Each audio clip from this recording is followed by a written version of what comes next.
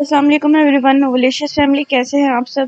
اب میں 15 ایپیسوڈ کا پارٹ بھی ریڈ کرنے جا رہی ہوں، تو میں نے کہا کہ میں یونیورسٹی جانے سے پہلے انہیں ریڈ کر لوں، تو چلیں اسٹارٹ کرتے ہیں۔ میرے شوق نوابوں کیسے تھے، میرے خواب پرستانوں کیسے تھے، آنکھیں خوبصورت تھیں پر نیند کچی تھی، کچھ لمحات بد نماز مانو کیسے تھے، میرے ارد گرد چاہنے والوں کا ایک جہان آباد تھا، پر کچھ دوست جھوٹے افسانوں کیسے تھے، میری قسمت نے رخ موڑ کر بے وفائی کی تھی، پر جو تنہا ہو گئے تو گیا ہر سو ویرانے کیسے تھے۔ وہ کچھ دیر پہلے فجر کی نماز پڑھ کر فارغ ہوئی تھی، قرآن پاک کھول کر اس نے کچھ دیر سورہ یوسف ترجمے کے ساتھ ٹھہر ٹھہر کر پڑھی تھی، اور اسے پڑھتے ہوئے اس کی آنکھوں سے مسلسل آنسو رواں تھے۔ یہ اس کا روز کا معمول تھا، وہ نماز کے بعد قرآن پاک ترجمے کے ساتھ پڑھتی تھی۔ ہاسٹل میں بھی وہ فجر کی نماز کے بعد 1 گھنٹہ ہاسٹل میں ہی موجود مدرسے میں معلمہ کا ترجمے کے ساتھ قرآن پاک پڑھتی اور سمجھتی تھی۔ اسے اس سے بہت سکون ملتا تھا، اس کی روح ہلکی پھلکی ہو جاتی تھی، اس کے حوصلے اور بلند ہو جاتے تھے اور اللہ پر ایمان مزید بڑھ جاتا تھا۔ کچھ دیر قرآن پاک کو بند کرتے ہوئے اس نے عقیدت اور احترام سے سنتے ہوئے اسے اپنی آنکھوں سے لگایا تھا اور پھر اسے واپس اس کی جگہ پر رکھ دیا۔ اس کا ارادہ اب کچھ دیر سونے کا تھا۔ اس وقت گھڑی صبح کے 6 بجا رہی تھی۔ صبح کے وقت اچھی خاصی سردی ہوتی تھی۔ وہ اپنے سرد ہاتھوں کو آپس میں رگڑتی بستر کی جانب بڑھنے لگی۔ جو بند کھڑکی سے باہر آتی غیر معمولی آوازوں نے اسے اپنی جانب متوجہ کیا۔ وہ تجسس کے ہاتھوں مجبور ہوتی دیوار گیر کھڑکی کی طرف بڑھی تھی جو کہ لان کی طرف کھلتی تھی۔ اس نے ذرا سا اوپر پردہ اٹھا کر باہر جھانکا تھا جبکہ کھڑکی کے شیشے بند ہی تھے۔ وہ اسے اس رات کے بعد آج دیکھ رہی تھی۔ لان میں ہلکا ہلکا دن نکل آیا تھا جب دھند بھی ہنوز ہر طرف چھائی ہوئی تھی۔ سامنے ہی وہ ٹانگ پر ٹانگ چڑھائے مغرور سے تاثرات چہرے پر سجائے کرسی پر بیٹھا تھا۔ سیاہ ٹراؤزر شرٹ میں ملبوس چہرے پر سنجیدگی لیے وہ بار بار ایک نظر اپنی قیمتی رسٹ واچ پر ڈال رہا تھا۔ پاؤں میں سیاہ راجا رانی برانڈ کے جوگرز پہنے تھے اور وہ مسلسل اپنے پاؤں جلا رہا تھا۔ پاس ہی چیئر پر بلیک جیکٹ پڑی تھی پاؤں میں سیاہ راجا رانی برانڈ کے جوگرز پہنے تھے، وہ مسلسل اپنے پاؤں جلا رہا تھا۔ پاس ہی چیئر پر بلیک جیکٹ پڑی تھی جسے شاید وہ اتار چکا تھا۔ اس کے انداز سے اس کی حاکم طبیعت کا پتہ چلتا تھا۔ اس کے سامنے ہی گھاس پر لمبا ریڈ کلر کا میٹ بچھائے حاشر پش اپس لگا رہا تھا جس کے ماتھے پر چمکتا پسینہ اس بیچارے کی مشکل بیان کرنے کو کافی تھا۔ وہ ہفتے میں ایک بار سائر کے ہاتھ لگ جاتا جو کہ اسے بستر سے کھینچ کر اپنے ساتھ جاگنگ پر لے جاتا۔ واپس آ کر وہ اسے مختلف ایکسرسائز کے اسٹیپ کرواتا جو کہ ان سے بھاگتا تھا۔ عاشر کو اپنی باڈی بنانے میں کوئی دلچسپی نہیں تھی، اس کے نزدیک وہ ایسے ہی ٹھیک تھا، جبکہ سائر نے تو روزانہ کی کثرت سے خوب باڈی بنا رکھی تھی۔ یہ سب اس کی روز کا معمول تھا۔ عاشر واک سے آتے ہی اپنے کمرے میں جانے کے لیے بےتاب ہوتا کہ کسی طرح جا کر واپس اپنی نیند پوری کر لے، مگر سائر بھی اپنے نام کا ایک ہی تھا۔ وہ یہی لان میں ہی اس کی جان ہلکان کروا کے اسے چھوڑتا۔ عاشر کو تنگ کرنے میں اسے بہت مزہ آتا تھا، جس سے باہر سنجیدگی رہتے وہ اندر ہی اندر اس کی بیچاری شکل دیکھ کر محظوظ ہوتا تھا۔ ہائے مر گیا میری کمر! عاشر دونوں ہاتھ سیدھے کرتے ہوئے ڈھہ جانے والے انداز میں میٹ پر کمر کے بل لیٹا تھا اور لمبے لمبے سانس لینے لگا۔ اس کی پیشانی پسینے سے تر تھی۔ وہ 40 پش اپس لگا کر بری طرح تھک چکا تھا۔ اس نے ہامتے ہوئے کرا کر کہا، کم آن عاشر، 10 لفٹ۔ ساحر نے اس کے یوں گننے پر خفگی سے کہا تھا، یار آپ نے مجھے فوج میں لگوانا ہے جو صبح صبح میرے پیچھے پڑے ہوئے ہیں؟ مجھ سے نہیں لگتے یہ پش اپس، یہ آپ کا ہی کام ہے۔ عاشر نے لیٹے لیٹے ہی نروٹھے پن سے کہا، ضروری تو نہیں کہ آرمی اور پولیس میں جانے والے لوگ ہی اپنے آپ کو فٹ رکھیں، ہر چیز کو اپنی فزیکل اسٹرینتھ کو مینٹین رکھنا چاہیے، کم از کم اتنی تو طاقت ہونی چاہیے کہ 3-4 لوگوں کو بندہ اکیلے ہی ڈھیر کر دے، اور تم کل کو کسی نے مجھے بلیک میل کرنے کے لیے تمہیں اٹھا لیا تو تم ان کا ایک تھپڑ کھا کر ڈھیر ہو جاؤ گے، میرے بھائی ہو، یہ نازک مزاجیاں نہیں چلیں گی۔ ساحر نے اس کی بات پر برہم ہوتے ہوئے کہا اور اسے دوبارہ پوزیشن لینے کا اشارہ کیا۔ یار کل کریں گے، عاشر نے معصومیت سے کہتے ہوئے جان بچانی چاہی، جس پر ساحر اسے گھورتا ہوا چیئر پر پڑا دوسرا بینڈ بھی اٹھا کر اسے کچھ فاصلے پر بچھاتا، اپنے پیروں کو جاگر سے آزاد کرتا، اپنی ہتھیلیوں اور پیروں کے انگوٹھوں کے بل لیٹتے ہوئے اپنی پوزیشن لے چکا تھا۔ اپنی رسٹ واچ پر 3 منٹ کا ٹائم لگاتے ہوئے عاشر کو پوزیشن لینے کا اشارہ کیا تھا جو اسے ابھی اپنے برابر آتا دیکھ مسکراتا ہوا اٹھ گیا تھا۔ پہلے 1 منٹ دونوں ہاتھوں کی ہتھیلیوں کو زمین پر رکھے وہ پش اپس لگا رہا تھا، جبکہ اگلے منٹ کے شروع ہوتے ہی اس نے اپنا بایاں ہاتھ اٹھا کر کمر پر رکھ لیا اور عاشر کی جان ہوا ہوئی تھی کیونکہ وہ یہ نہیں کر سکتا تھا۔ ساحر بہت پرسکون سے انداز میں ایک ہاتھ زمین پر ٹکائے دوسرے کو پیچھے کی طرف کمر سے لگائے پش اپس لگا رہا تھا۔ اتنی سردی میں اس کی پیشانی پسینے سے تر ہونا شروع ہو چکی تھی، اس کے سنہرے بال پیشانی پر بے ترتیب بکھرے ہوئے تھے، اس کی زمین پر جمی ہتھیلی کی رگیں پھولی ہوئی تھیں۔ یہ سب دیکھتی کھڑکی میں کھڑی اسرا کے لب حیرت سے نیم وار تھے۔ وہ بے چینی سے آنکھیں پھاڑے اسے دیکھ رہی تھی، اس کی بادامی آنکھوں میں حیرت واضح تھی۔ اسرا تو اس کی اسٹرینتھ دیکھ کر ایک پل کو حیران رہ گئی، جو کہ ایک ہاتھ سے اتنی مہارت سے بغیر رکے اسپاٹ تاثرات چہرے پر سجائے بڑی جان فشانی سے اپنے کام میں مصروف تھا۔ اسے اچھے سے یاد تھا ایک دفعہ ٹروتھ اور ڈیئر کھیلتے ہوئے اس نے حازم کو ڈیئر کے طور پر 20 پش اپس لگانے کا کہا تھا، جو کہ 10 بھی صحیح سے نہیں لگا پایا تھا، اور یہ شخص جس کی پیشانی پسینے سے تر ہو چکی تھی مگر وہ بغیر ہاں پہ بہت انہماک سے پش اپس لگا رہا تھا، یوں جیسے پروفیشنل ہو۔ یہ آدمی سچ میں اب نارمل ہے۔ سر حیرت میں کھڑی سے بربرائی تھی۔ حاشر تو چیئر پر گرنے والے انداز میں بیٹھ گیا تھا، جبکہ سائر اپنا ٹائمر ختم ہونے پر ہی رکا تھا، جس پر حاشر نے متاثر کن انداز میں تالیاں بجائی تھی۔ اسے جم روم میں جانے کا اشارہ کرتے ہوئے وہ کرسی پر پڑی اپنی جیکٹ لینے کو جھکا تھا، جب کسی کی خود پر جمی نگاہیں محسوس کرتے سائر نے سرے سے سر اٹھا کر اسے دیکھا تھا، اور ایسا وہ کھڑکی میں کھڑا دیکھ وہ کئی لمحے اپنی نگاہیں وہاں سے ہٹا نہ سکا، جبکہ دوسری جانب اسرا اس کے یوں خود کو دیکھنے پر فوراً اپنے حواسوں میں لوٹتی اور برا کر کھڑکی کے پردے برابر کرتی پیچھے ہٹی تھی۔ اس کے دیکھ لینے پر دل میں خود کو کوستی وہ اپنے بستر پر جا لیٹی تھی۔ اپنی چوری پکڑے جانے پر وہ جی بھر کر شرمندہ ہوئی تھی، جانے وہ اس کے وہاں کھڑے ہو کر یوں انوکنے کا کیا مطلب لیتا۔ اسرا شرمندگی سے منہ تک کمبل تان کر لیٹ گئی اور آنکھیں سختی سے بند کر لیں۔ دوسری جانب اس کی کھڑکی سے یوں ہٹ جانے پر اس کے لبوں پر معمولی سی مسکراہٹ نمودار ہوئی تھی۔ وہ سر جھٹکاتا ہوا لاؤن کے پیچھے بنے جم روم کی طرف بڑھ گیا، جہاں حاشر پہلے ہی جا چکا تھا۔ اب وہ حاشر سے ڈمبلز اٹھوا کر اسے تنگ کرنے والا تھا۔ اپنی سوچ پر محظوظ ہوتا وہ اس طرف بڑھ گیا، جبکہ صبح سویرے اسرا کی اتنی سی جھلک نے رگوں پہ میں ایک عجیب سی طمانینت بھر دی تھی۔ وہ اس رات کے بعد اسے آج دکھی تھی۔ ماموں، پرسوں اس لڑکی کی شادی ہے اور مجھے وہ آج شام اپنے گھر میں چاہیے۔ میں اسے شادی کرنا چاہتا ہوں، بہت صبر کر لیا میں نے، اب مجھے ہر حال میں یہ لڑکی چاہیے، آپ کچھ کریں۔ فیضی نے پرسکون سے بیٹھے منظور شاہ کو دیکھتے ہوئے حتمی انداز میں کہا۔ قریب بیٹھے لیپ ٹاپ پر کام کرتے اسد نے بھی اس کے ناگوار لہجے پر اسے سر اٹھا کر ایک نظر دیکھا۔ وہ اس وقت منظور شاہ کے آفس میں موجود تھے۔ تمہیں بیٹھے بٹھائے کہاں سے شادی کا شوق چڑھ گیا؟ ابھی پچھلے مہینے ہی تو تم نے اپنی بیوی کو طلاق دی ہے، منظور شاہ نے اپنے کھر دماغ بھانجے کو گھورتے ہوئے کہا۔ وہ بہت پرانی بات ہے، مجھے ماریہ چاہیے، پسند آ گئی ہے مجھے، اور میں آپ کو بتا رہا ہوں اس کی کہیں اور شادی میں ہونے نہیں دوں گا۔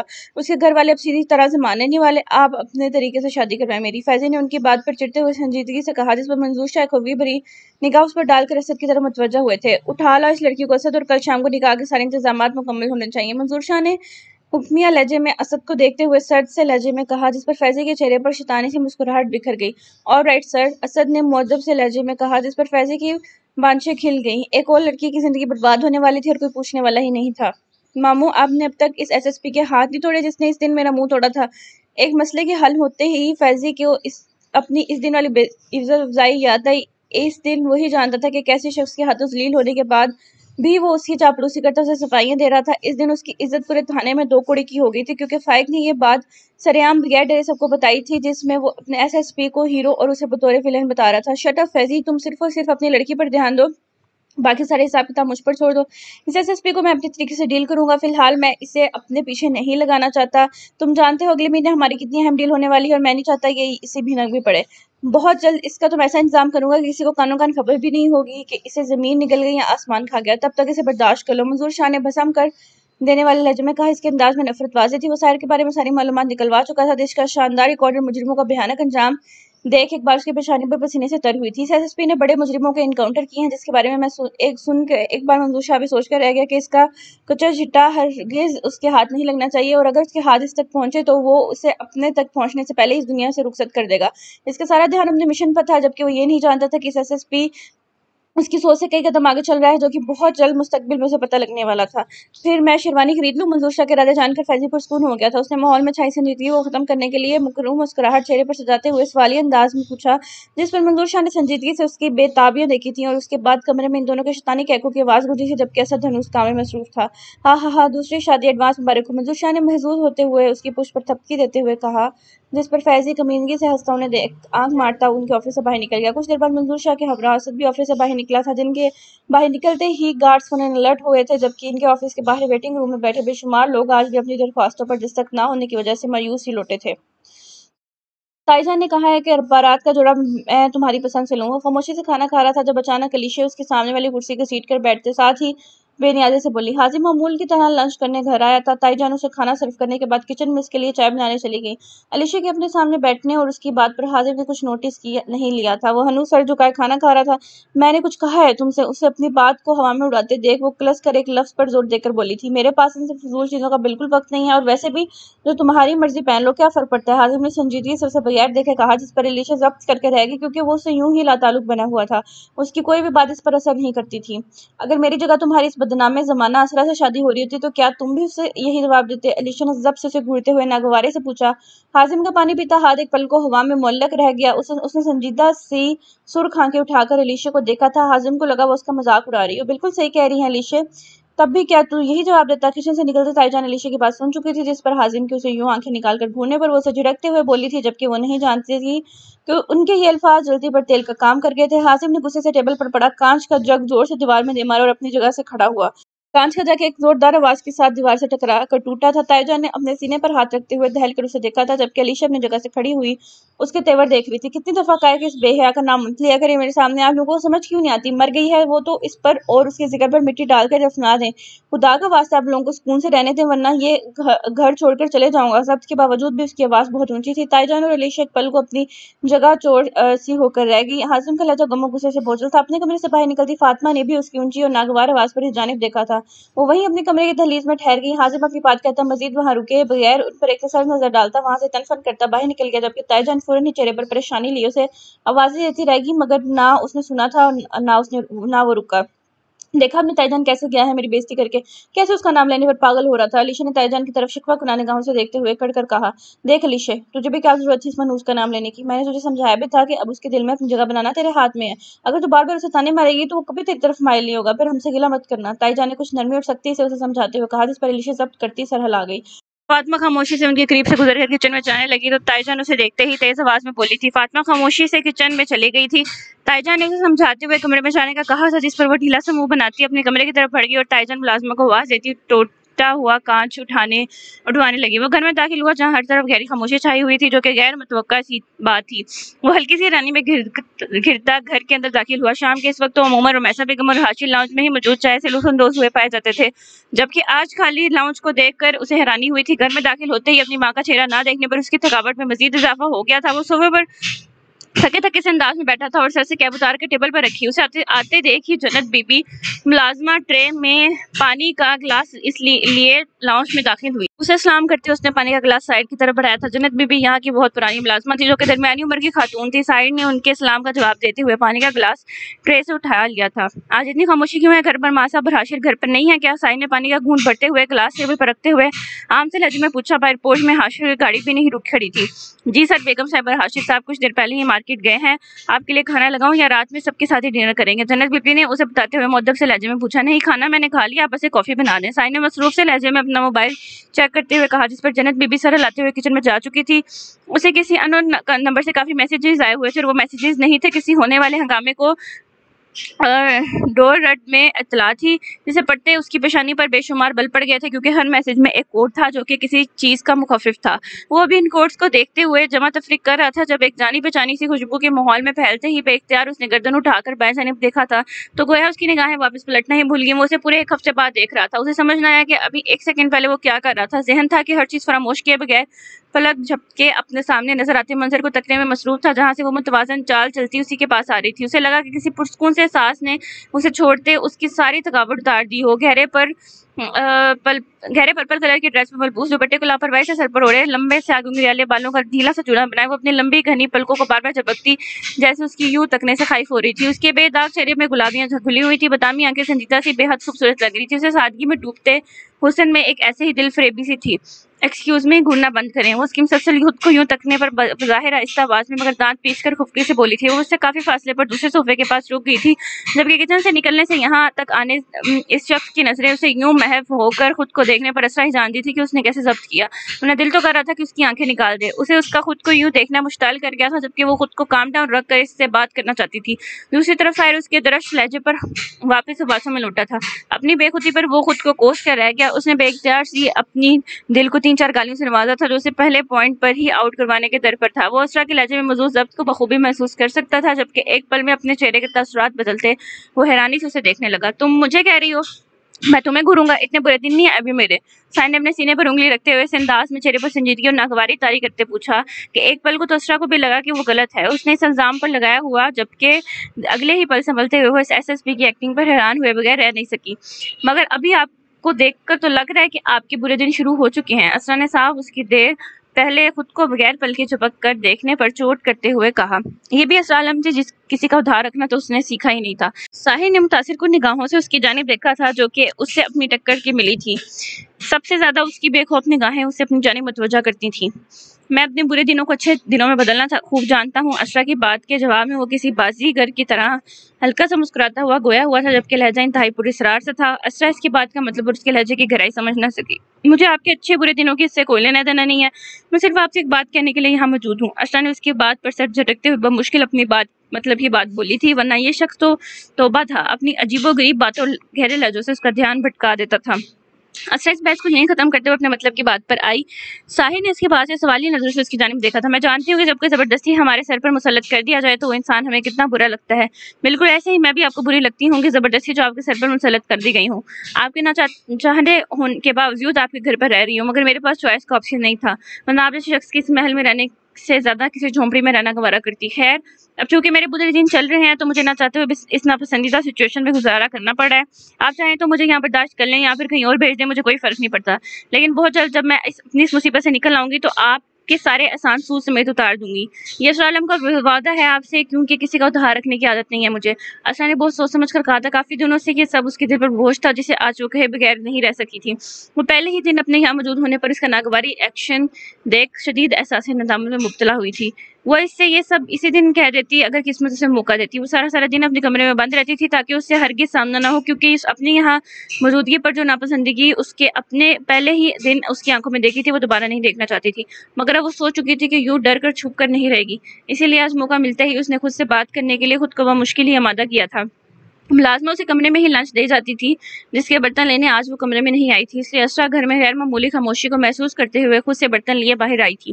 کچن میں برتن شیلف پر رکھتے ہوئے اس نے وہاں کام کرتی ملازمہ سے رمیسہ بیگم کے بارے میں پوچھا تھا، جس پر ان کی غیر موجودگی کا پتہ چلا۔ وہ واپس اپنے کمرے میں جانے والی تھی جب لاؤنج میں اسے داخل ہوتا دیکھ وہ وہیں رک گئی۔ اسے لاؤنج میں اپنے موبائل میں مصروف دیکھ اسرا نے بھی آخر اپنے دل کا بوجھ ہلکا کرنے کا ارادہ کیا تھا۔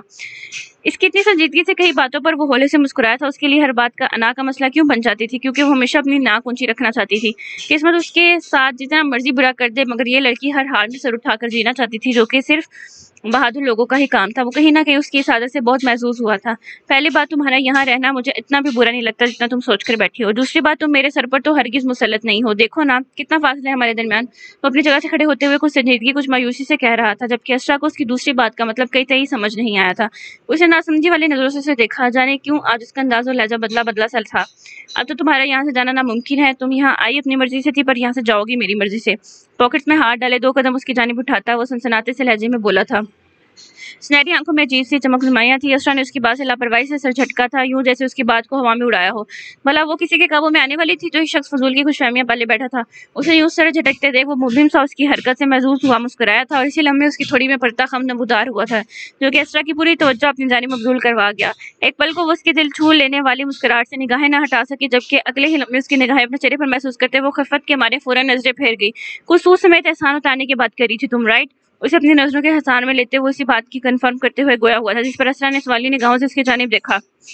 اگر تم احسان اتاری نہیں چاہتی ہو تو وعدہ بھی کر رہی ہو تو میں ضرور یہ فیور لوں گا، مگر قرض میری مرضی کا ہونا چاہیے، جس کی ڈیمانڈ میں صحیح وقت آنے پر کروں گا، بس تم اپنے وعدے سے مکرنا مت، ساحر نے بظاہر عام سے لہجے میں کہا، جبکہ اس کی آنکھیں بے حد سنجیدہ تھیں۔ اسرا نے لمحوں میں ہی بغیر سوچے اس کی بات کا جواب دیا تھا، میں اپنا کیا ہوا ہر وعدہ پورا کرتی ہوں، چاہے حالات جیسے بھی ہوں۔ اسرا نے مضبوط لہجے میں سنجیدگی سے کہا، جس پر اس نے متاثر کن نگاہوں سے اسے دیکھا تھا۔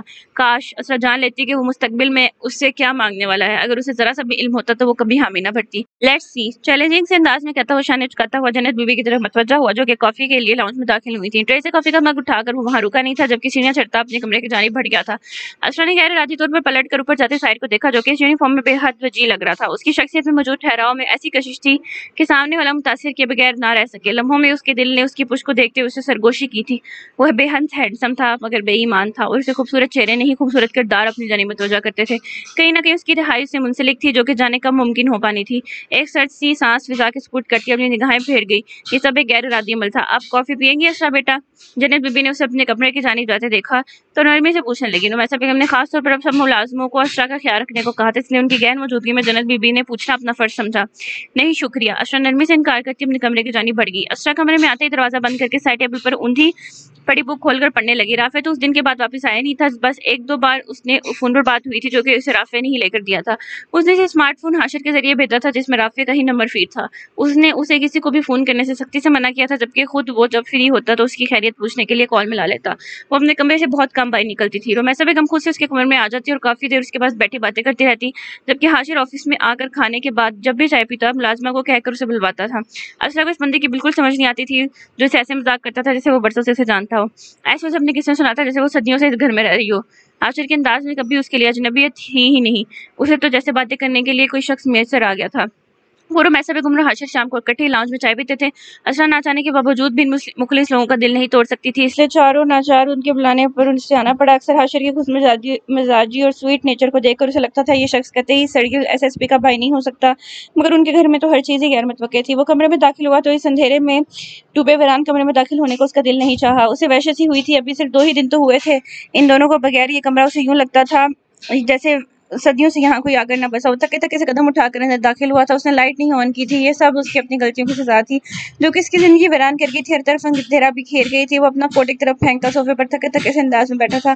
آج سارے دن اسے کچھ نہیں کھایا تھا، اسے بھوک محسوس ہی نہیں ہوئی تھی۔ زیمل کو اس گھر سے گئے 2 دن گزر گئے تھے اور ان کی نظروں میں نظر آتی اپنے لیے بے یقینی، بدگمانی اور اس کا ٹوٹا ہوا مان دیکھنے کی اس میں ہمت نہیں تھی۔ اس نے اسے اپنی صفائی دینے کی بہت کوشش کی، مگر زیمل نے اسے بولنے کا موقع، اپنی صفائی میں کچھ بھی کہنے کا موقع ہی نہیں دیا تھا۔ وہ تو آدھا سچ جان کر ہی فیصلہ کر چکی تھی۔ اس کا اپنی محبت پر یقین دیکھ کر عاطف کو بہت افسوس ہوا تھا۔ کیا اسے گزشتہ مہینوں میں اس کی آنکھوں میں ہر وقت اس کے لیے نظر آتی محبت دکھائی نہیں دی تھی جو وہ اینا کی بکواس پر اس قدر ایمان لے آئی کہ اس نے ایک دفعہ بھی اسے پوچھنا تک گوارا نہیں کیا، ایک دفعہ اسے اپنی صفائی میں بولنے کا موقع بھی نہیں دیا۔ وہ تو اس کی کوئی بات سننے کو تیار ہی نہیں تھی۔ اسے لگ رہا تھا کہ صرف وہ تکلیف میں ہے، جبکہ محبت میں تو اگر تکلیف ایک کو ہو تو اس کا درد دوسرے کے چہرے پر بھی نظر ہی آتا ہے۔ اس تکلیف کو دوسرا بھی اتنا ہی محسوس کرتا ہے۔ کیسی محبت تھی زیمل کی جو صرف اپنی اذیت، اپنے درد کو دیکھتے ہوئے اسے اپنے حق میں بولنے کا موقع تک دینے کو تیار نہیں تھی۔ وہ مشکل شادی کے 2 دن تک یہاں رکی تھی، جس کے بعد اگلے ہی دن سائمہ بیگم کو اطلاع دیتے ہوئے وہ اپنے گھر چلی گئی تھی، جبکہ سائمہ بیگم تو اس کی عجلتیں دیکھ حیران تھی۔ وہ عاطف کو بغیر بتائے گئی تھی، ایسا پہلی بار ہوا تھا یا شاید وہ اب اسے بتانے کی روادار نہیں تھی۔ وہ جب یہاں سے گئی تھی تو اسے تب بھی بخار تھا اور اب جانے وہ کیسی ہوگی۔ اس نے کوئی رابطہ نہیں کیا تھا، وہ اس کا گھر یہ کمرہ اسے چھوڑ کر چلے گئی تھی۔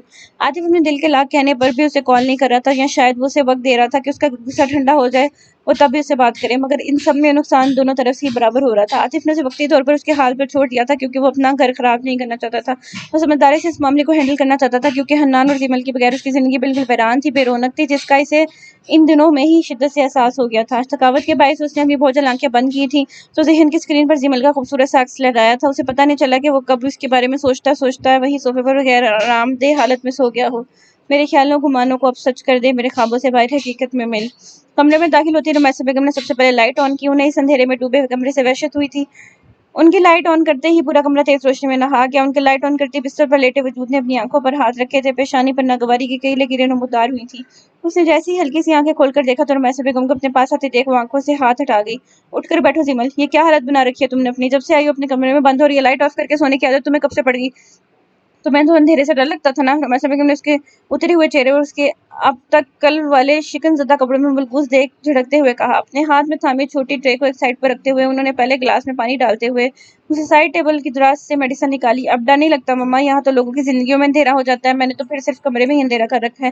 زیمل حرکت سے اٹھ کر بیٹھتے ہوئے اپنے پیچھے تکیہ درست کرتے ہوئے نیم دراز ہو کر بیٹھی تھی۔ اس نے بظاہر آرام سے لہجے میں کہا تھا جبکہ اس کے الفاظ بہت بوجھل سے تھے۔ کیا فضول باتیں کر رہی ہو زیمل؟ یہ میڈیسن لو اور جلدی سے اپنی طبیعت درست کرو۔ بیچارہ حنان تمہیں یوں دیکھ کر اتنا پریشان ہو جاتا ہے، چھوٹا سا دل ہے میرے بچے کا، تمہاری یہ اتری ہوئی شکل دیکھ کر فوراً گھبرا جاتا ہے۔ رمیسا بیگم نے اس کی ہتھیلی پر میڈیسن رکھتے ہوئے پانی کا گلاس اس کی جانب بڑھایا، جس پر زیمل نے کڑوا سا منہ بناتے ہوئے پانی کا گلاس ان سے لیتے ہوئے میڈیسن کھائی تھی اور واپس گلاس ان کی جانب بڑھا دیا۔ گڈ، اب تم نے بغیر نخرے دکھائے یہ پورا دودھ کا مگ ختم کرنا ہے، چلو شاباش پکڑو اسے۔ رمیسا بیگم نے اسے دودھ کو دیکھ کر کھوی میں سر ہلاتے دیکھا تو پیار سے پچکارنے والے انداز میں گویا ہوئی تھی، پلیز ماما مجھ سے نہیں پیا جائے گا، زیمل نے اکتائے سے انداز میں کہا۔ بخار کی وجہ سے اسے کچھ کھایا پیا نہیں جا رہا تھا۔ کم آن زیمل، تم تو بخار میں بھی حنان سے بھی زیادہ تنگ کرتی ہو، پکڑو اسے اور آرام آرام سے بسم اللہ پڑھ کر پیو۔ رنگت دیکھو اپنی کمزوری سے کیسے زرد ہو گیا، بالکل خیال نہیں رکھتی تم اپنا، رمیسا بیگم نے اس سے منع کرنے پر جھڑکتے ہوئے کہا اور احتیاط سے نیم گرم دودھ کا مگ اسے پکڑایا، جس پر زیمل ان کے یوں خود کو لے کر پریشان ہونے پر خاموشی سے چھوٹے چھوٹے سپ لیتی وہ دودھ پینے لگی۔ رمیسا بیگم اس کے پاس ہی بیٹھی تھی۔ 5 منٹ بعد دودھ کا خالی مگ ان کی طرف بڑھانے کے بعد وہ ان کی گود میں سر رکھ کر اپنے کاندھے تک کمفرٹر اوڑھ کر لیٹ گئی۔ رمیسا بیگم نے جھک کر اس کی پیشانی پر بوسہ دیا۔ 2 دن پہلے زیمل کو شدید بخار میں حنان کے ساتھ گھر میں داخل ہوتے دیکھ وہ ایک پل کو ڈر گئی تھی کہ ان کا کہیں کوئی جھگڑا تو نہیں ہو گیا جو اس وقت بغیر عاطف کی اتنی طبیعت خرابی میں اکیلے ہی گھر آ گئی، مگر زیمل نے ان کے بار بار پوچھنے پر ان کو تسلی کروا دی تھی کہ ایسا کچھ نہیں ہے۔ وہ عاطف سے اجازت لے کر ہی آئی اور ان کے درمیان کوئی جھگڑا نہیں ہوا، جس پر رمیسا بیگم نے بے اختیار اللہ کا شکر ادا کیا تھا۔ زیمل، عاطف سے بات ہوئی آج تمہاری؟ اس کی سنہری سلکی بالوں میں ہاتھ پھیرتے ہوئے وہ عام سے لہجے میں بولی تھی۔ پتہ نہیں کیوں زیمل کی بار بار ہوتی نم آنکھیں اور اس کی یہ حالت انہیں بے چین نہیں لینے دے رہی تھی۔ جی دوپہر میں ہوئی تھی بات، انہوں نے ہی کال کی تھی، میری طبیعت پوچھ رہے تھے۔ زیمل نے بمشکل اپنے آنسو روکتے ہوئے ضبط سے جھوٹ بولا۔ رمیسا بیگم بلڈ پریشر کی مریض تھیں، ذرا سی پریشانی ان کی حالت بگاڑ دیتی تھی، اس لیے زیمل انہیں اپنی وجہ سے بالکل پریشان نہیں کرنا چاہتی تھی۔ چلو یہ تو اچھا ہو گیا، تم نے اسے ڈنر پر بلا لینا تھا، حنان بھی شام میں اپنے ڈیڈ کو مس کر رہا تھا۔ رمیسا بیگم نے ہنوز عام سے لہجے میں کہا۔ مما ان دنوں ان کے آفس میں بہت کام ہے، وہ بہت بزی ہوتے ہیں، اس لیے وہ نہیں آ سکتے۔ یہ بات کہتے ہوئے زیمل کا دل کیا وہ دھاڑے مار کر رو دے۔ یہ احساس ہی اس کے لیے جان لیوا تھا کہ اس کا شوہر کسی اور لڑکی میں انٹرسٹڈ تھا۔ ہاں مگر اسے کہنا کہ جیسے ہی فری ہو لازمی چکر لگائے۔ اور تم نے یہ کل والے کپڑے کیوں پہن رکھے ہیں؟ تم سے میں نے صبح بھی کہا تھا کہ کپڑے چینج کرو، سردی بڑھ رہی ہے، کوئی گرم سوٹ پہن لیتی، رمیسا بیگم نے متفکر سے لہجے میں کہا۔ بس دل نہیں کیا، زیمل نے پھیکے سے انداز میں غفلت سے کہا۔ رمیسا بیگم ابھی کچھ کہتی جب حاشر اور پرجوش سا حنان کمرے میں داخل ہوا۔ مما دیکھیں ہانی آپ کے لیے پیزا لے کر آیا ہے، حنان ایکسائٹڈ سا بیڈ پر چلتے ہوئے چمکتی ہوئی سنہری آنکھوں سے بولا تھا۔ زیمل اسے دیکھ کر مسکرا دی۔ حاشر نے پیزے کا ڈبہ لا کر ٹیبل پر رکھا تھا، اس کے پیچھے ہی ملازمہ پلیٹس لے کر کمرے میں داخل ہوئی تھی، جسے وہ زیمل کے کمرے میں آنے سے پہلے ہی برتن لانے کا کہہ کر آیا تھا۔ موٹے جھوٹ کیوں بول رہا ہے، یہ تو میں لایا ہوں اپنی بہن کے لیے، حاشر نے حنان کو گھورتے ہوئے کہا تو جو کہ زیمل کے اٹھ کر بیٹھ جانے پر اس کے گلے میں باہیں ڈالتے اس کے گال چوم رہا تھا۔ نو ماموں، میں نے آپ سے کہا تھا کہ مما کے لیے بھی پیزا لیں۔ ہانی نے نفی میں سر ہلاتے ہوئے اپنے ماموں کو دیکھا جو کہ اسے گھور رہا تھا۔ 1 منٹ پہلے مجھے یہ بتاؤ کہ تم نے اسے موٹا کیسے کہا؟ حاشی مجھ سے اپنے دانت نہ توڑوا لینا، خبردار جو آئندہ میرے بیٹے کو موٹا کہا یا اس کا نام بگاڑا۔ زیمل نے حنان کو اپنے ساتھ لگاتے ہوئے حاشر کو ہمیشہ کی طرح خفگی سے کہا، اور حاشر یہی تو چاہتا تھا کہ وہ اس سے لڑے، اس لیے جان بوجھ کر اس کے سامنے حنان کو موٹا کہا تھا۔ اسے یہ مرجھائی سی زیمل بالکل اچھی نہیں لگ رہی تھی۔ زیمل نے ڈنر بھی صحیح سے نہیں کیا تھا، اس لیے وہ ڈنر کے بعد حنان کو لیے باہر نکل گیا اور واپسی پر اس کی پسند کا پیزا لے کر آیا تھا، کیونکہ وہ جانتا تھا کہ اسے جتنا مرضی بخار ہو وہ پیزا کبھی نہیں چھوڑے گی۔ پیار سے کہتا ہوں یار، اب کیا میرا اتنا بھی حق نہیں ہے؟ حاشر نے معصومیت سے رمیسا بیگم کی جانب دیکھ کر کہا، جس پر وہ زیمل کو ٹوکنے لگی کہ پھر کیا ہو گیا کہ اگر اسے ماموں سے اسے پیار سے موٹا کہہ دیا، جس پر زیمل خفگی سے اسے گھور کر رہ گئی۔ حاشر کی اپنی ماں سے عزت افزائی پر حنان کی ہنسی بے ساختہ تھی۔ میں ساحر ماموں کو بلا کر لاتا ہوں، وہ بھی ہمارے ساتھ پیزا کھائیں گے، حنان نے بیڈ سے اترتے ہوئے اپنے دوسرے ماموں کی کمی محسوس کرتے ہوئے فوراً کہا۔ ساحر ماموں کے چمچے، وہ بھی گھر نہیں آئے، اس لیے شرافت سے بیڈ پر واپس آ جاؤ اس سے پہلے کہ ہم تمہیں بھی نہ دیں، حاشر نے اسے ٹوکتے ہوئے کہا، جس پر ہانی جلدی سے واپس بیڈ پر چڑھ گیا۔ رمیسا بیگم نے پلیٹ میں پیزے کا ایک سلائس نکالتے ہوئے پہلے زیمل اور پھر حاشر کو دیا۔ حنان جو زیمل کی پلیٹس اور اس کے ہاتھوں سے کھاتا تھا، زیمل اپنے ساتھ ساتھ اسے بھی کھلانے لگی۔ پورے کمرے میں پیزے کی اشتہا انگیز خوشبو پھیلی ہوئی تھی۔ ملازمہ کولڈ ڈرنک رکھنے کے بعد جانے لگی جب حاشر نے اسے آواز دیتے ہوئے اسرا کو بھی بلانے کا کہا، جس پر اسے بتایا گیا کہ وہ تو سو گئی ہے۔ میں آپ کو بتا رہا ہوں ماں صاحب، یہ لڑکی آپ کے اس نمونے بھتیجے کی کزن ہو ہی نہیں سکتی، ابھی 10 بجے ہیں اور میڈم سو بھی گئی ہیں، حاشر نے مزے سے پیزا کھاتے ہوئے رمیسا بیگم کو دیکھتے ہوئے مشکوک سے انداز میں کہا۔ تم کیوں ہر وقت اس کے پیچھے پڑے رہتے ہو حاشر؟ خواہ نہ اس بچی کو تنگ نہ کیا کرو، وہ صبح فجر کے وقت اٹھ جاتی ہے، اس لیے رات کو جلدی سوتی ہے، کسی نیک ماں باپ کی اولاد ہے جو انہوں نے اس کی اتنی اچھی تربیت کی ہے۔ رمیسا بیگم کا انداز متاثر کن تھا۔ ہاں جی، بس ہم ہی گنہگار ہیں، حاشر کی زبان پر کھجلی ہوئی تھی، اس نے منہ بناتے ہوئے کہا اور کولڈ ڈرنک پینے لگا۔ اسرا کے ذکر پر زیمل کو یاد آیا تھا کہ وہ ابھی تک اسے نہیں ملی تھی۔ وہ حنان کو کھلاتے ہوئے سب کو دیکھنے کے لیے خود بھی تھوڑا بہت کھا رہی تھی، ورنہ اس کا دل تو ہر چیز سے بھر چکا تھا۔ حاشر کھانے کے دوران مسلسل حنان کو تنگ کر رہا تھا، جس پر زیمل خوب چڑھتے ہوئے اسے اپنے نازک ہاتھوں سے 2-4 مکے مار چکی تھی، جس پر حاشر کو تو بالکل اثر نہیں ہونے والا تھا۔ رمیسا بیگم نے حنان کو اپنی گود میں بٹھا لیا تھا، جبکہ حاشر اب زیمل کو تنگ کرتے ہوئے اس کا روٹھا ہوا موڈ ٹھیک کر رہا تھا۔ کچھ دیر پہلے چھائی اس کمرے کی اداسیاں مکمل دور ہو چکی تھی۔ جب حاشر اسرار ہو وہاں خاموشی ہو ہی نہیں سکتی، وہاں کوئی اداس رہ ہی نہیں سکتا۔ We need help, send boat fast, وہ اپنے کان میں لگے ایئر پورٹ پر عجلت میں تیزی سے بولا تھا۔ اس کی شرٹ خون سے تر ہو رہی تھی، غصے کے مارے اس کی پیشانی کی رگیں تنی ہوئی تھیں۔ کیپ یور آئیز اوپن رافع اسے واضح واپس آنکھیں بند کرتا دیکھ وہ غصے سے ڈھا رہا تھا، تکلیف میں مبتلا ہوا تھا اور درد اسے ہو رہا تھا۔ ایم فائن سر، رافع نے زور سے اپنی آنکھیں میچ کر کھولی تھی۔ اس کا سر بری طرح گھوم رہا تھا، وہ آہستہ آہستہ غنودگی میں جا رہا تھا۔ اسی لمحے وہاں پر بوٹ آتی دکھائی دی۔ رافع نیم بے ہوشی میں تھا، وہ اپنی گن لوڈ کرتا ہوا بے ہوش ہوتے رافع کو اپنے کندھے پر ڈالتا بڑی مہارت سے بند دروازے کے پیچھے سے نکلا تھا اور بغیر کسی طرف دیکھے تیزی سے اس بوٹ کی طرف بڑھا تھا جو کہ بالکل جہاز کے قریب پانی میں ڈول رہی تھی۔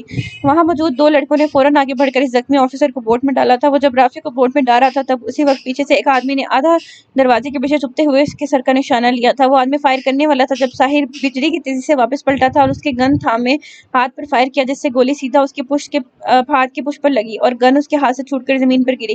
ساحر کی آنکھیں خون چھلکا رہی تھیں، وہ آدمی کراتے ہوئے زمین بوس ہوا اور مزید اس کے وار سے بچنے کے لیے پیچھے کو پلٹا تھا۔ موو فاسٹ، اسے کچھ نہیں ہونا چاہیے، اسے بوٹ میں ڈالتے ہی وہ وہاں موجود ہٹے کٹے لڑکوں سے بولا تھا، جس میں سے ایک نے فوری اسے طبی امداد دینا شروع کی تھی جبکہ رافع نے بے ہوش ہو چکا تھا۔ ان کی بوٹ واپس سرے کی طرف بڑھ چکی تھی۔ پورے جہاز میں افراتفری کا عالم تھا، ہر طرف گولیوں کی آوازیں گونج رہی تھیں۔ انہوں نے 1 گھنٹہ پہلے اس جہاز پر ریڈ کیا تھا۔ اطلاع کے مطابق اس جہاز میں ڈرگز اور اسلحے کی بڑی مقدار دوسرے ملک سپلائی کی جا رہی تھی۔ اسے اس ان نون نمبر سے جو پزل کی شکل میں معلومات ملی تھی اسے سلجھاتے ہی وہ اس اطلاع تک پہنچا تھا۔ آج شام 4 بجے اپنی پوری ٹیم کے ساتھ اس نے اچانک سے اس جہاز پر ریڈ کیا تھا، جبکہ یہاں موجود پہرے دار تو اس افتتاح کے لیے ہرگز تیار نہیں تھے۔ وہ لوگ اپنی پلاننگ کے مطابق ان پر حاوی ہو چکے تھے اور ساحر نامور کرمنل کالیہ تک پہنچ چکا تھا، جس کا اس نے اب تک چہرہ نہیں دیکھا تھا، صرف اس اندھیری نگری میں اس کا نام سنا تھا جسے آج تک کوئی نہیں پکڑ پایا تھا۔ اس کے اس کام میں تجربے اور مہارت سے وہ واقف تھا۔ وہ جیسے اس بڑے سے جہاز کے تہہ خانے میں موجود آخری کمرے میں پہنچا تو اسے کالیہ بھی لا کر یہاں مل گیا تھا۔ کالیہ کی اس کی جانب پوچھ تھی، ساحر کے خود پر گن تانے پر وہ دونوں ہاتھ فضا میں بلند کرتا کسی وحشی کی طرح کہکہے لگانے لگا، یوں جیسے اس کا پہلے سے منتظر ہو۔ اس نے جوابی کوئی کارروائی نہیں کی تھی۔ ساحر کو اس کے یوں ہنسنے پر شدید وحشت ہوئی تھی۔ وہ ابھی اپنے گن اس کے سر پر مار کر اس کے یہ وحشیوں جیسے کہکہے بند کرواتا ہے کہ ایک پل کے لیے اس کمرے میں موجود کھڑکی کی دوسری طرف کا منظر دیکھ اس کا دل بے اختیار مٹھی میں جکڑ کر رہ گیا۔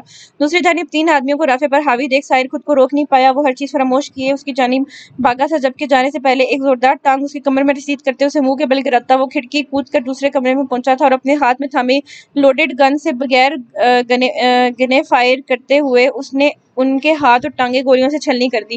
رافع اس کمرے میں موجود ساری ڈرگز زیر حراست لے چکا تھا۔ وہ جیسے ہی پلٹنے لگا تو پیچھے سے کسی نے اچانک اس کے سر پر کوئی بہت وزنی لوہے کی چیز ماری، جس سے لگتے ہی اس کی آنکھوں کے سامنے اندھیرا چھانا شروع ہو گیا۔ وہ مشکل ہی اپنی پلکیں جھپکتے ہوئے سر جھٹکتے ہوئے پلٹنے لگا۔ اپنے ہاتھ پر موجود گن جیسی اس نے اس شخص کا نشانہ لینا چاہا تو اس شخص نے وہی لوہے کا راڈ اس کے ماتھے پر مارا، جس پر رافع ضبط کے باوجود بھی گھٹنوں کے بل زمین بوس ہوا تھا اور وہاں جانے کہاں سے 2 آدمی آگے اور 2 جانوروں کی طرح اسے مارنے لگے۔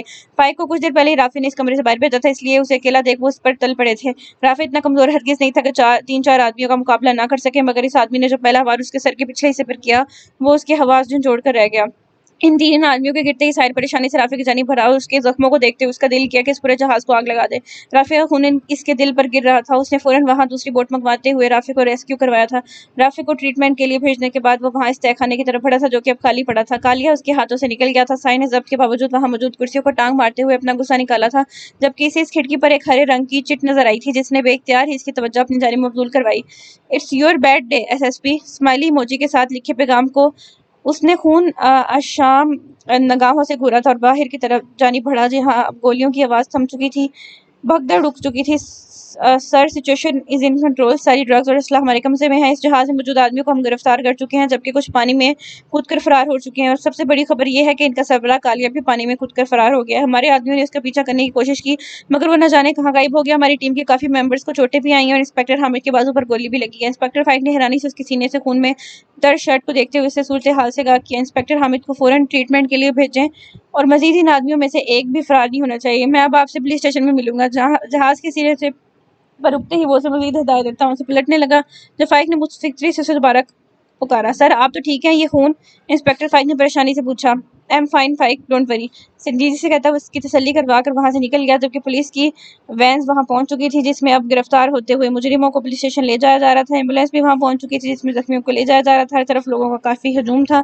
میڈیا بھی یہاں پہنچ چکا تھا اور اس موقع کی بھرپور کوریج کر رہا تھا۔ ہاسپٹل کی عمارت کے سامنے گاڑی رکتے ہی حوالدار کی دروازہ کھولنے کا ویٹ کیے بغیر وہ جلد میں دروازہ کھولتا، لمبے لمبے ڈگ بھرتا اندر کے جانی پڑا تھا۔ پہلے فلور پر ہی اس نے ایک روم کے باہر 2-3 پولیس والے کھڑے نظر آ گئے، جنہوں نے اس کے قریب آنے پر فوراً ہی الرٹ ہوتے ہوئے اسے سلوٹ کیا تھا۔ اس کے چہرے پر موجود متفکری کھلی سنجیدگی وہاں موجود سب نے ہی دیکھی تھی۔ سب جانتے تھے کہ رافع اس کے لیے کتنا اہم ہے۔ وہ کمرے کا دروازہ کھول کر اندر داخل ہوا تھا، جہاں ڈاکٹر پہلے سے موجود تھا۔ سامنے ہی وہ بستر پر ہسپتال کے کمروں پر موجود سر اور کندھے پر پٹی کیے نیم دراز سا لیٹا تھا۔ اسے ڈرپ لگی ہوئی تھی۔ اسے پرسکون سا لیٹا دیکھ ساحر کو بے اختیار اپنا دل سکون سے بھرتا محسوس ہوا۔ رافع اسے بہت عزیز تھا، ساحر کو یہ حاشر جتنا ہی پیارا تھا۔ وہ اسے اس دن سے ہی ناراض تھا۔ رافع اسے 2-3 بار سوری بول چکا تھا، جبکہ وہ ہنوز اسے نظر انداز کر رہا تھا اور اسے شدید خفا تھا۔ آج اسے تکلیف میں اسے کچھ اور یاد ہی نہیں رہا۔ اب کیسی کنڈیشن ہے اس کی ڈاکٹر؟ کوئی سیریس میٹر تو نہیں؟ بظاہر سنجیدگی سے پوچھتے ہی وہ اندر ہی اندر کسی میجر انجری سے خوفزدہ تھا، کیونکہ اس کا کافی خون بہا تھا۔ یس ہی از فائن۔ ان کے سر کے پچھلے حصے پر سٹیچز لگے ہیں، مگر سچ شکر ہے کہ زخم زیادہ گہرا نہیں تھا، جس سے کافی بچت ہو گئی۔ ان کے دائیں کاندھے پر کافی چوٹ آئی تھی اور بھی جسم کے دوسرے حصوں میں کافی چوٹیں لگی تھیں، جو کہ انشاءاللہ مکمل ریسٹ کرنے سے ٹھیک ہو جائیں گے۔ کوئی سیریس مسئلہ نہیں ہے، آپ انہیں کل تک ڈسچارج کروا سکتے ہیں، ڈاکٹر نے اسے تفصیل سے اس کی کنڈیشن بتاتے ہوئے کہا، جس پر ساحر نے بے اختیار ہی اللہ کا شکر ادا کیا۔ بورڈ میں طبی امداد کے طور پر اس لڑکے نے اس کے سر سے بہتے خون کو روکنے کے لیے کافی سارے کاٹن اس کے زخم پر رکھتے ہوئے عارضی سے پٹی باندھ دی تھی، تاکہ ہسپتال جانے تک اس کا مزید خون نہ بہے، جس کی وجہ سے اس کی کافی بچت ہو گئی تھی۔ تھینک یو ڈاکٹر، ساحر نے پرسکون سی سانس فضا کو سپرد کرتے ہوئے ہلکا سا مسکرا کر کہا، جس پر ڈاکٹر اسے مسافرہ کرتے ہوئے کمرے سے باہر نکل آیا۔ ڈاکٹر کے جاتے ہی نرس بھی وہاں سے چلے گئی۔ اب کمرے میں صرف رافع اور ساحر ہی تھے۔ تم نے مجھے ڈرا دیا تھا رافع، وہ اس کے بیڈ کے قریب آ کر اسے سویا دیکھ آہستہ آواز میں ہی بولا تھا، تاکہ اس کی نیند خراب نہ ہو۔ اس کا لہجہ بوجھل سا تھکا ہوا تھا۔ کوئی مجھ سے ناراض تھا؟ رافع نے ہلکی سی آنکھ کھول کر اسے دیکھتے ہوئے اپنی مسکراہٹ لبوں میں دباتے ہوئے غیر سنجیدگی سے پوچھا۔ اس کے آنے سے چند منٹ پہلے اسے روم میں شفٹ کیا گیا تھا اور وہ جاگ ہی رہا تھا، بس اسے دیکھ کر سوتا بن گیا تھا۔ اپنی تکلیف پر ساحر کی حالت دیکھ رافع کے دل میں موجود اس کی عزت اور محبت اور بڑھ گئی تھی۔ وہ یوں ہی تو نہیں اسے اپنا آئیڈیل کہتا تھا۔ تمہیں کس نے کہا کہ میں تم سے ناراض نہیں ہوں؟ I am still angry. اسے جاگتے دیکھ وہ لمحوں میں واپس اپنے سنجیدہ سے خول میں قید ہوا تھا اور خفگی سے کہتے اسے ہلکا سا گھورا۔ ہائے، ایسی ناراضگی پر تو میری جان بھی قربان۔ رافع نے اس کی بے نیازی سے کہنے پر دل پر ہاتھ رکھتے ہوئے محبت سے کہا۔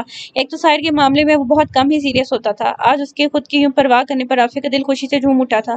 اپنے خون سے اس کی یونیفارم کی شرٹ کو یوں دیکھ کر اس پر اور پیار آ رہا تھا۔ اسے پتہ ہوتا کہ اس کے زخمی ہونے پر ساحر ہر چیز ترک کر کے اس کی یوں پرواہ کرے گا، تو وہ کب کا اس کی توجہ پانے کے لیے خود کو زخمی کروا لیتا۔ یہاں پہنچ کر بھی دل نہیں بھرا تمہارا جو اس طرح کی فضول باتیں کر رہے ہو؟ خاموشی سے لیٹے رہو اور ریسٹ کرو، ورنہ باقی کا سر میں کھول دوں گا۔ اسے فضول ہانکتے دیکھ وہ خفگی سے بولا تھا۔ ساحر کی محبت ایسی تھی، کبھی دھوپ تو کبھی چھاؤں۔ رافع نے اس کے ڈپٹنے پر جلدی سے آنکھیں بند کر لی تھیں۔ اس کا اتنے دنوں سے بے چین دل اب پرسکون ہو چکا تھا۔ ساحر نے ایک نظر اپنی شرٹ پر ڈالی، جو کہ کندھے سے سینے تک خون سے رنگی ہوئی تھی۔ اسے خوف سی ہوئی۔ وہ چینج کر کے پھر واپس پولیس اسٹیشن جانے کا ارادہ رکھتا تھا۔ اس نے حاشر کو کال کر کے یہاں بلایا تھا کہ وہ اس کے پاس رکنے اور اسے خیال رکھے۔ حاشر نے 10 منٹ تک آنے کا کہا، مزید 10 منٹ اس نے یہی گزارے تھے۔ اس دوران رافع کی آنکھیں ہنوز بند تھیں۔ ساحر کو لگا کہ وہ شاید دعاؤں کے زیر اثر سو چکا ہے۔ وہ اس کے قریب سے پلٹنے لگا جب رافع نے اس کا ہاتھ تھام کر اسے روکا تھا۔ ساحر نے سنجیدگی سے پلٹ کر دیکھا۔ رافع کی آنکھیں نم تھیں۔ تھینک یو میرا اتنا خیال رکھنے کے لیے، اینڈ سوری ونس اگین سر، میں آپ کا حکم رد کرنے کے بارے میں سوچ بھی نہیں سکتا۔ پلیز اسے میری پہلی اور آخری غلطی سمجھ کر معاف کر دیں۔ رافع نے سنجیدگی سے اس کی آنکھوں میں دیکھتے ہوئے کہا۔ جانے وہ کیوں حساس ہو رہا تھا، اس کی آنکھوں میں واضح نمی دیکھ ساحر نے آگے بڑھ کر اسے نرمی سے گلے لگا لیا۔ وہ اس کی محسوسات خوب سمجھتا تھا۔ رافع اکیلا رہتا تھا۔ بچپن میں ہی اس کی مدر کی ڈیتھ ہو گئی تھی۔ اس کے ہوش سنبھالتے اس کے ڈیڈ بھی اپنا بزنس باہر سیٹ کر کے خود بھی باہر شفٹ ہو گئے تھے، اور وہ ہمیشہ ہی اکیلا رہا تھا۔ اگر میسا بیگم نے اسے بالکل ان کی طرح ہی پیار نہ کیا ہوتا تو اس کی زندگی میں کوئی دوسرا اس کا خیال رکھنے والا بھی نہیں تھا۔ وہ بظاہر مسکراتا ہوا لاپرواہ انسان اندر سے بہت اکیلا تھا، اور یہ بات ساحر کے سوا کوئی نہیں سمجھتا تھا۔ کم آن مین، تم تو بھائی ہو میرے، میں تم سے زیادہ دیر ناراض نہیں رہ سکتا۔ اسے ایموشنل ہوتا دیکھ ساحر نے ہلکا سا مسکراتے ہوئے اس کے کاندھے پر تھپکی دیتے ہوئے نرمی سے کہا۔ رافع بھی بازو سے اپنی آنکھیں صاف کرتا ہوا اس کی بات پر مسکرایا تھا۔ اکثر بیماری میں رافع کا دل بہت بوجھل ہو جاتا تھا، اسے اپنی تنہائی کا شدت سے احساس ہوتا تھا۔ لو یو بھائی، رافع کا انداز کسی روندے بچے سا تھا۔ ساحر نے مسکراتے ہوئے اس کی پتی سے باہر بالوں میں نرمی سے ہاتھ پھیرا تھا۔ Love you too, take rest. اس سے پہلے کہ حاشر آ کر تمہارے کان کھائے، مجھے تم دو دنوں میں بالکل فٹ چاہیے۔ وہ نرمی سے اس کی بات کا جواب دیتے ہوئے اسے آرام کرنے کا کہتا وہ اپنے موبائل پر آتی کال یس کرتے ہوئے کمرے سے باہر نکل گیا، جبکہ رافع نے پرسکون سے انداز میں تکیے پر سر گرا لیا تھا۔ اسے اپنی ماں کا لمس بہت کم یاد تھا، کیونکہ وہ چھوٹا تھا جب اس کی ماں کا انتقال ہوا۔ اسے بس اتنا یاد تھا کہ رمیسا بیگم نے اسے ماں کی طرح پالا تھا۔ اس کے ڈیڈ بھی کافی کول انسان تھے، جن کے لیے ان کا کاروبار سب سے اہم تھا، جو اسے اپنے پاس بلاتے تھے، مگر اس کے لیے اپنا وہاں کاروبار چھوڑنے کو تیار نہیں تھے۔ حاشر سے بھلے ہی جتنی لڑائیاں ہو، مگر وہ اس کا یار تھا، اور ساحر اس کے لیے دل میں بہت سے جذبے تھے۔ وہ اس کی رسپیکٹ کرتا تھا، اس کے جتنا اسٹرانگ بننا چاہتا تھا، اسے کبھی خود سے دور نہیں دیکھ سکتا تھا۔ وہ آج اپنی زندگی میں جو بھی تھا وہ ساحر کی وجہ سے ہی تھا، جس نے ہمیشہ غیر محسوس طریقے سے اس کی مدد کی تھی۔ آج جس طرح اسے اپنی جان کی پرواہ کیے بغیر اس کی جان بچائی تھی، ہر طرف دشمن تھے اور وہ بغیر کسی کی پرواہ کیے اسے اپنے کندھے پر ڈالتے بچانے کے لیے بھاگا تھا۔ ہاں اس کے لیے صرف ساری کر سکتا تھا، جو بظاہر تو اس سے اس کی الٹی سیدھی باتوں پر ہر وقت ڈانٹتا تھا، کبھی کبھی اپنے جاندار موقعوں سے بھی اسے دل میں تارے دکھا دیتا تھا، مگر وہ یہ بھی جانتا تھا کہ اس سے سب سے زیادہ پیار بھی وہی کرتا ہے۔ شام کے سائے باہر گہرے ہونے شروع ہو چکے تھے۔ وہ اپنے آفس سے گھر کے لیے نکل رہا تھا جب اسے ایک کال موصول ہوئی جس کا وہ شدت سے منتظر تھا۔ اس کال کے سنتے ہی پیشانی کی رگیں مزید تن گئی تھیں۔ وہ سختی سے لب آپس میں پیوست کیے موبائل کوٹ کی پاکٹ میں ڈالتا تیزی سے آفس سے باہر نکلا تھا۔ گاڑی میں بیٹھتے ہی اس نے گاڑی ڈیفنس کے علاقے کی طرف موڑ لی۔ مزید 10 منٹ کی ڈرائیو کے بعد وہ ایک متناسب سے خوبصورت بنگلے کے باہر کھڑا تھا۔ اس نے جیسے ہی ہارن دیا، وہاں بیٹھے گارڈ نے اسے دیکھتے ہی فوراً سلام کرتے ہوئے گیٹ کھول دیا۔ گاڑی کو پورچ میں کھڑی کرتے وہ تن فن کرتا باہر نکلا اور دروازے پر بیل دی۔ اس کا اتنے دنوں سے دبا ہوا غصہ منٹوں میں لوٹ آیا تھا۔ اپنی زندگی برباد کر کے والوں کو وہ زندہ چھوڑنے کا قائل تھا۔ مزید 1 منٹ انتظار کرنے کے بعد دروازہ کھلا تھا۔ ڈھیلی سی شرٹ اور جینز میں ملبوس اینا اسے اپنے سامنے دیکھ ایک پل کو ساکت ہوئی تھی۔ اسے تو یقین نہ آیا کہ اس کا پلان کامیاب ہو گیا۔ عاطف خود اس سے ملنے آیا تھا۔ تحیر سے اس کی آنکھیں ایک پل کو پھیلی تھی۔ وہ پچھلے کچھ دنوں سے دبئی گئی ہوئی تھی، اس کی وہاں شوٹ تھی۔ وہ آج دوپہر ہی وہاں سے لوٹی تھی۔ عاطف کو سامنے دیکھ کر اسے خوشگوار حیرت ہوئی تھی۔ عاطف اس کا شاندار مستقبل تھا۔ وہ آج اس مقام پر تھی صرف عاطف کی وجہ سے تھی۔ وہ اس کی بیوی کی بے وقوفی اور اپنی ذہانت پر اندر ہی اندر مسکراتی محسوس ہوئی تھی۔ اپنی حیرت سے نکلتی وہ لمحوں میں چہرے کے تاثرات درست کرتی اس کی جانب متوجہ ہوئی۔ وہ سرخ آنکھوں سے اسے دیکھ رہا تھا۔ عاطف گھر کے اندر داخل نہیں ہوا تھا۔ ویلکم بیک ڈارلنگ، مجھے تو یقین نہیں آ رہا کہ تم مجھ سے خود ملنے آئے ہو۔ What a pleasant surprise. اسے کچھ نہ بولتے دیکھ اینا اپنے چہرے پر پرجوشی کے تاثرات لیے اس کی طرف بڑھی تھی اور اس سے پہلے کہ وہ اس کے گلے لگتی جب عاطف نے سختی سے اس کی بازو تھام کر اسے خود سے دور کیا، اس کی گرفت اتنی سخت تھی کہ اینا کے منہ سے بے اختیار چیخ نکلی اور اسی لمحے اس گھر کی در و دیوار میں ایک زناٹے دار تھپڑ کی آواز گونجی تھی۔ تو آج کی ایپیسوڈ یہیں پر ختم ہوتی ہے۔ اگر آپ لوگوں نے ابھی تک چینل کو سبسکرائب نہیں کیا تو کر لیں اور ساتھ ہی ساتھ بیل آئیکن کو بھی دبا لیں تاکہ جب بھی نیکسٹ ویڈیو آئے تو آپ کو فوراً پتہ چل جائے۔ تب تک کے لیے خیال رکھیے گا اپنا۔ اللہ حافظ۔